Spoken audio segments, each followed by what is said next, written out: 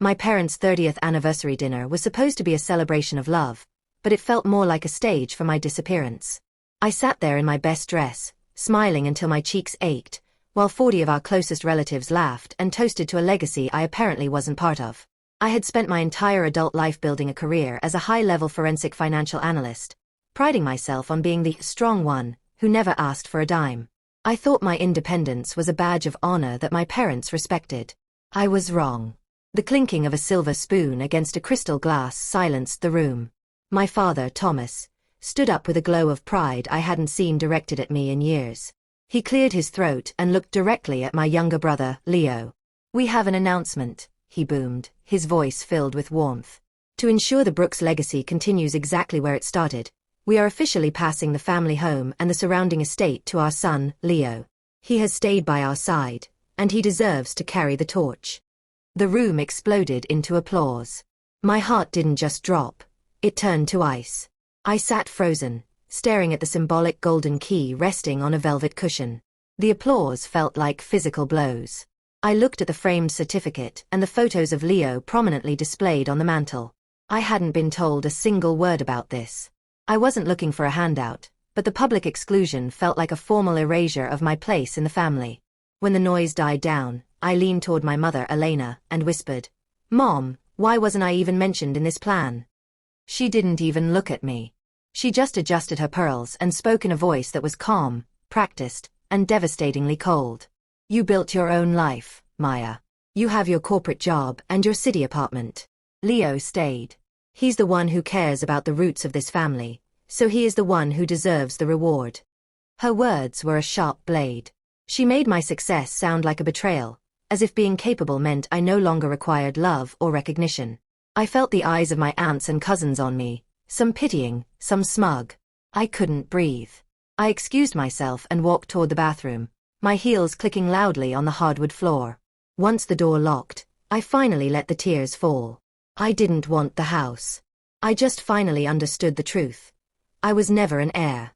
As I sat on the edge of the marble tub, trying to repair my makeup, my phone buzzed in my clutch. It was a text from Leo. "Don't make this awkward," it read. "It's a big night for the family. Just be happy for once." I stared at the screen, the audacity of his words fueling a new kind of fire in my chest. He knew. He had known for months while I helped him with his business ideas, and listened to his complaints about being bored. He had sat there and watched me be humiliated in front of everyone we knew without saying a word of defense. I walked back out, kept my head high, and didn't say another word about the inheritance.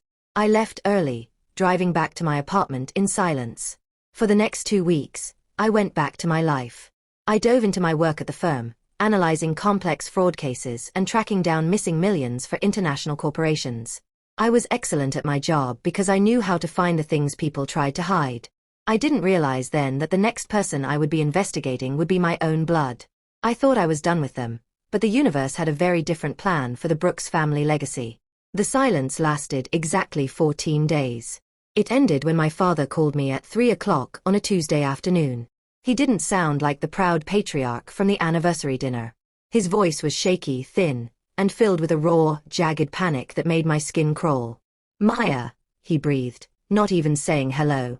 "I need you to come over. Now. Something has happened with the house and Leo's company. Everything is going wrong." He sounded like a man standing on the edge of a cliff, watching the ground crumble beneath his boots. I didn't rush. I finished my afternoon meetings, closed my laptop, and drove to the family home with a sense of cold curiosity. When I walked into the study, the scene was chaotic. Papers were strewn across the desk, and my mother was weeping quietly in the corner. The house wasn't just gifted to Leo as a reward for his loyalty. It had been used as collateral. My brother had taken that symbolic key and used it to secure a massive high-interest loan for his struggling tech startup. Now the bank was calling the debt, and the business was a hollow shell. "If this falls through, we lose the house, the land, everything," Dad said, his hands trembling. Now suddenly I mattered. I stood in the doorway of the study, watching the two people who had publicly dismissed me as overly corporate just 2 weeks prior. They looked at me now with a desperate hope that felt insulting. They thought I was just an accountant with a fancy title, but they didn't understand the depth of my skills. I was a senior forensic financial analyst.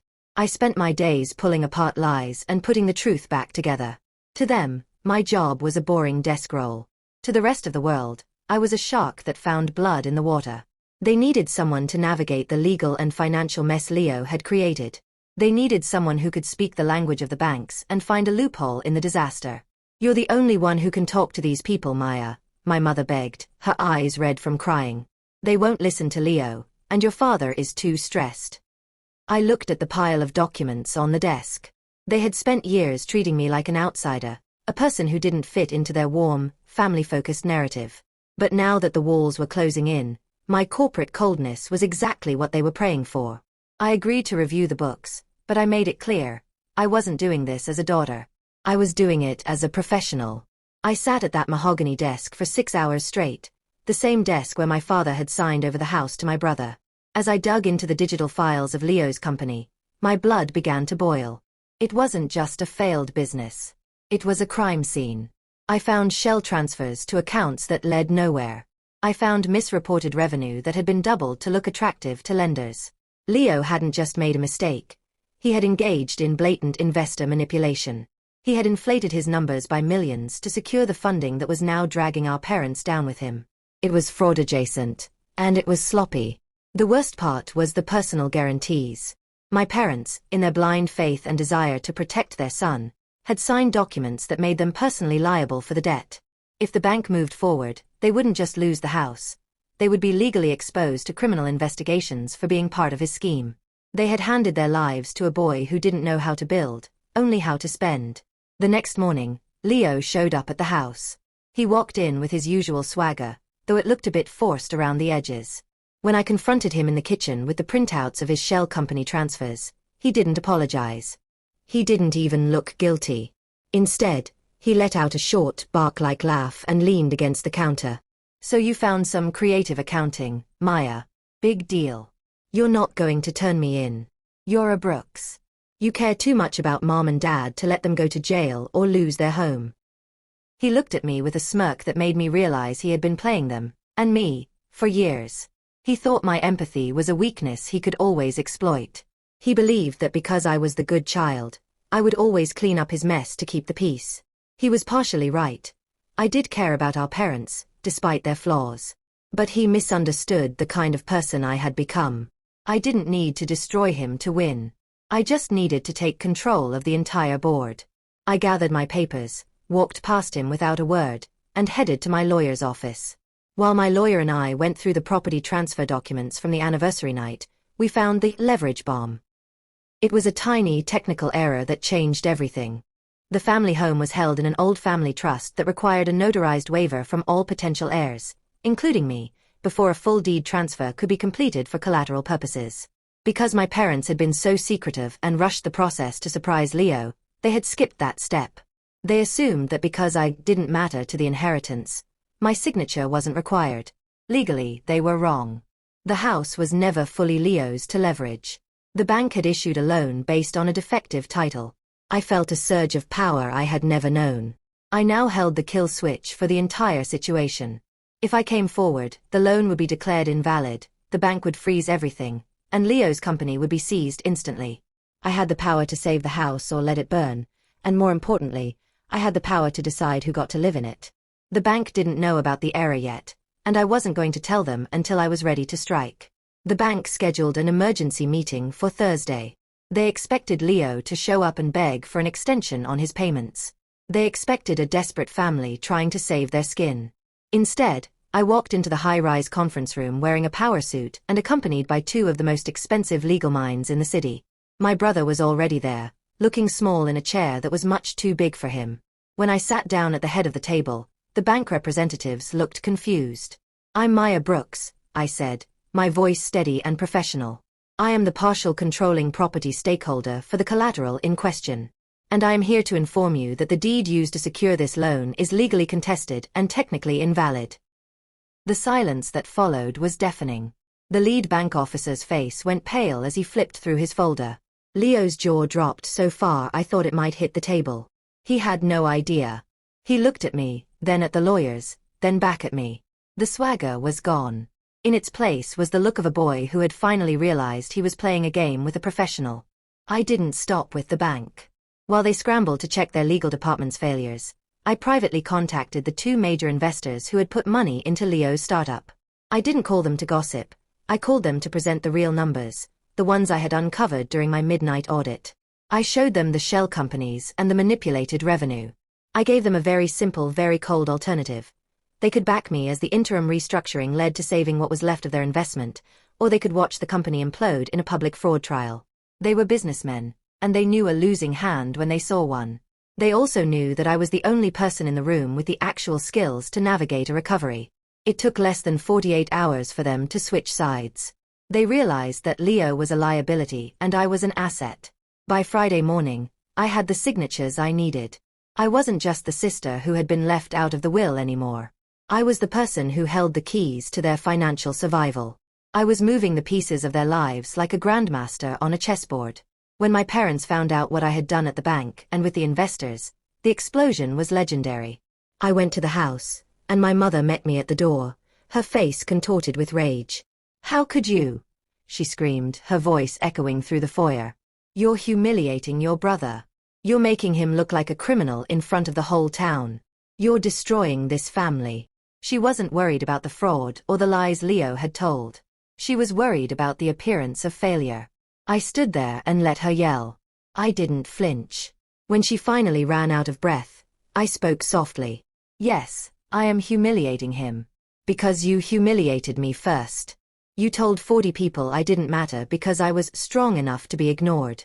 You made a public decision about who carries the legacy, and now I'm making a public correction."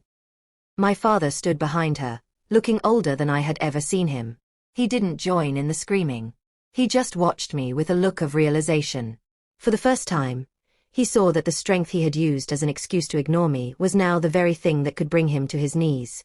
That afternoon, an emergency shareholder meeting was called for Leo's company. It was held in a sterile office park, and the air was thick with tension. Leo tried to stall, standing at the front of the room and rambling about market pivots and temporary cash flow issues. He looked desperate, sweating through his shirt. One of the major investors, a man who had known our father for 20 years, stood up and cut him off mid-sentence. "Enough, Leo," he said. "We've seen the real books. We're voting to replace you as CEO, effective immediately." The vote was unanimous. I sat in the back of the room, my hands folded over my notebook. I didn't even smile. I didn't need to. The look on Leo's face as he turned to look at our parents in the gallery was enough. They were sitting in the front row, looking at the floor, unable to meet his eyes. They had spent 18 years telling him he was the future, and in 18 minutes, that future had been stripped away by the person they thought they could push into a corner. The legacy was shifting, and it wasn't going to the person they expected. Just as the meeting ended, a new threat emerged. An external creditor, a firm that had supplied most of the hardware for Leo's company, threatened a massive lawsuit for misrepresentation.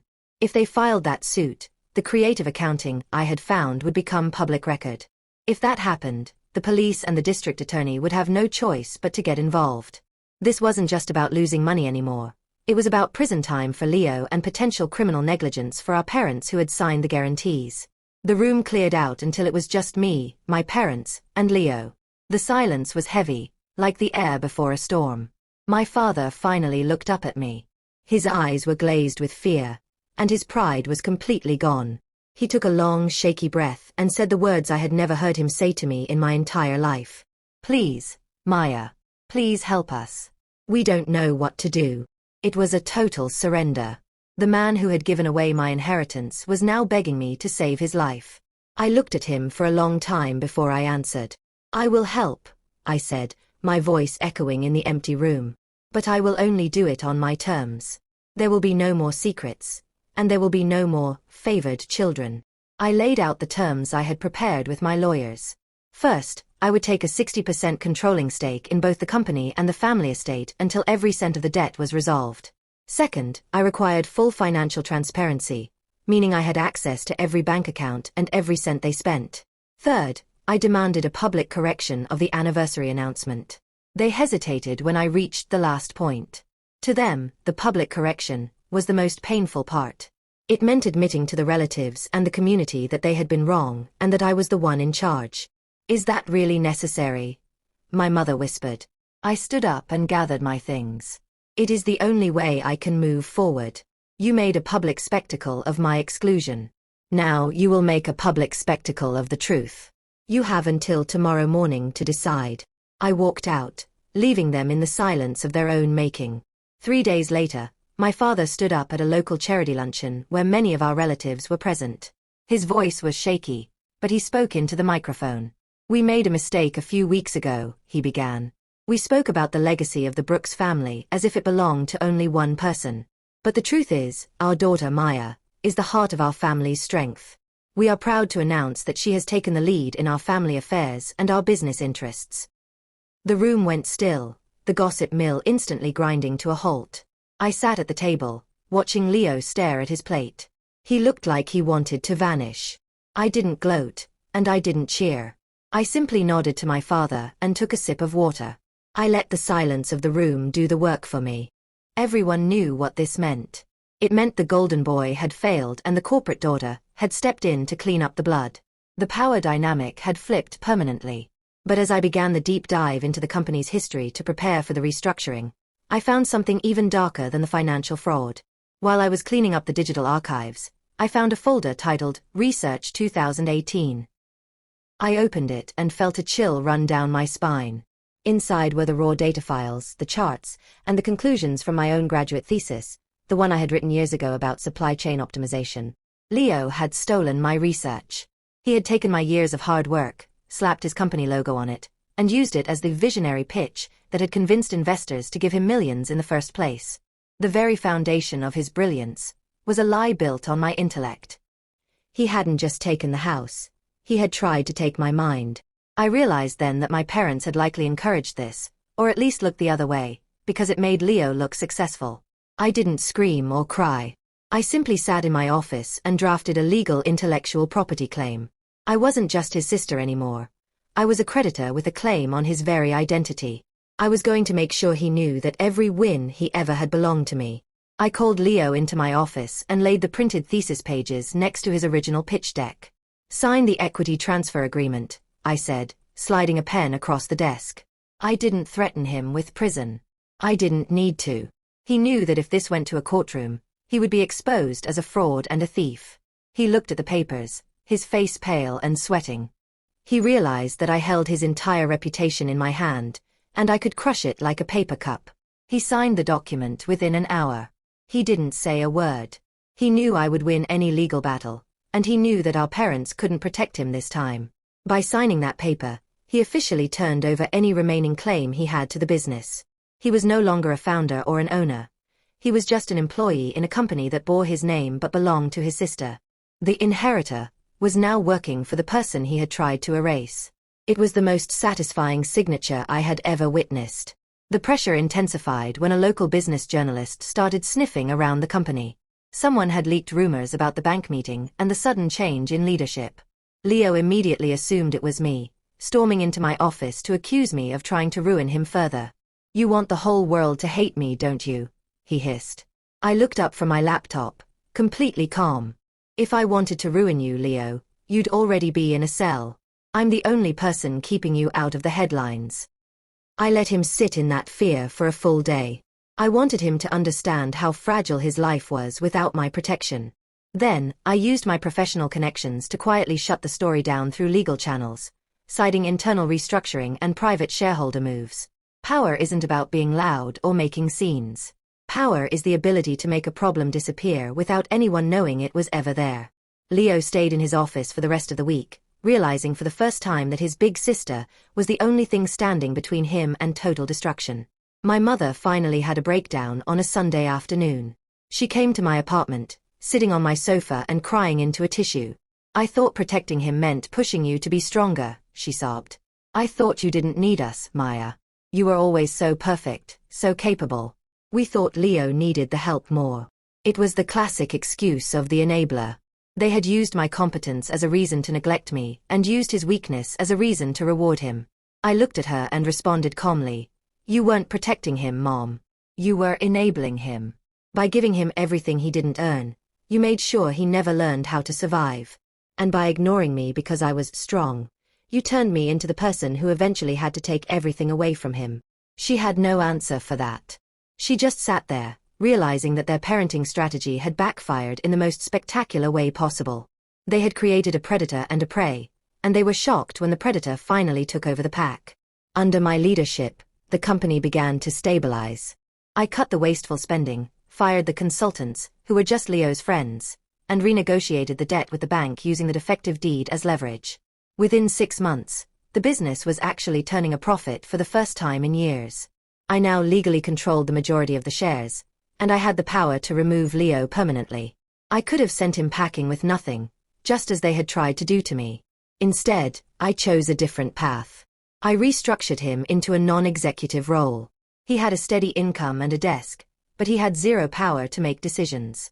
He had to report to a supervisor who reported to me. He kept his lifestyle, but he lost his status. I realized that for someone as entitled as Leo, having to work a normal job under his sister's thumb was a much harsher punishment than being fired. It hurt his pride every single day, and that was a debt he would be paying for a very long time. One evening, my father and I sat on the porch of the family home. The crisis had passed, but the air between us was different now. He finally admitted something that shocked me. "I always knew you were more capable, Maya," he said softly, staring out at the trees. "But I was afraid. I was afraid that if you had everything, you'd leave us and never look back. You didn't need us. So I tied everything to Leo because I knew he'd always be dependent on me. I made myself indispensable at your expense." It was a confession of pure selfishness. He had stunted my brother's growth and wounded my heart just so he could feel like a powerful father. He had traded my happiness for his own sense of security. I felt a wave of pity for him, a man so small that he had to break his children to feel whole. I didn't forgive him right then, but I finally understood the why behind the years of neglect. He hadn't ignored me because I didn't matter. He had ignored me because I mattered too much, and it terrified him. The legal cleanup was finally complete. Every debt had been renegotiated, and the criminal exposure was neutralized. To ensure this never happened again, I had the house placed into an irrevocable trust. My parents would live there for the rest of their lives, but they no longer owned the land. I was the primary trustee, and the beneficiaries were listed as equal between Leo and me, with strict conditions on any future borrowing. Favoritism was now legally impossible. No one could ever use the family legacy as a weapon again. I had built a fortress around our assets that even my father's insecurity or Leo's greed couldn't penetrate. It was the ultimate corporate move, and it was the only thing that kept the family from ending up on the street. My parents signed the final papers with a sense of relief, though I think they also felt the weight of their lost autonomy. They were safe, but they were no longer the ones in charge of their own destiny. I was. The social shift in our town was fascinating to watch.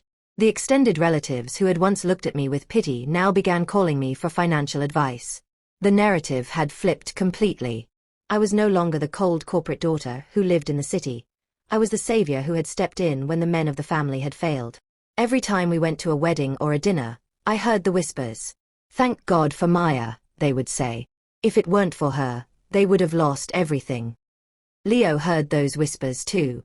Every compliment directed at me was a cut to his ego. He had to stand by and watch as the respect he had spent his life demanding was naturally given to the person he had tried to step over. He was no longer the heir. He was the cautionary tale. I saw him at a family barbecue, standing alone by the grill while people crowded around me to ask about the market.